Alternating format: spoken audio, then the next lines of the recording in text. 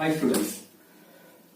அதாவது இந்த சிபிஎஸ்சியா இருக்கட்டும் இல்ல ஸ்டேட் போர்டா இருக்கட்டும் இந்த 12th பிசிக்ஸ்ல ஒரு சில சாப்டர்ஸ் ஒன்னோட ஒன்று லிங்க் இருந்துகிட்டே இருக்கும்.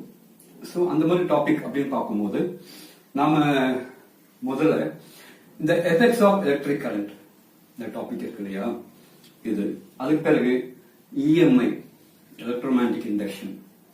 இந்த எஃபெக்ட்ஸ் ஆஃப் எலக்ட்ரிக் கரண்ட்டுக்கு இன்னொரு பேர் மூவிங் சார்ஜஸ் இன் மேக்னெட்டிக் ஃபீல்ட் அப்படின்னு சொல்லுவாங்க. ஸோ இந்த இஎம்ஐக்கு அடுத்தது அப்படின்னு பார்க்கும்போது எலக்ட்ரோமேக்னெட்டிக் வேவ்ஸ்.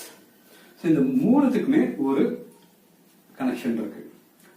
பாத்தீங்கன்னா இந்த எஃபெக்ட்ஸ் ஆஃப் எலக்ட்ரிக் கரண்ட்ல கரண்ட்னால ஏற்படக்கூடிய விளைவுகளை பத்தி சொல்லியிருப்பாங்க. ஸோ என்னென்னலாம் கரண்ட்னால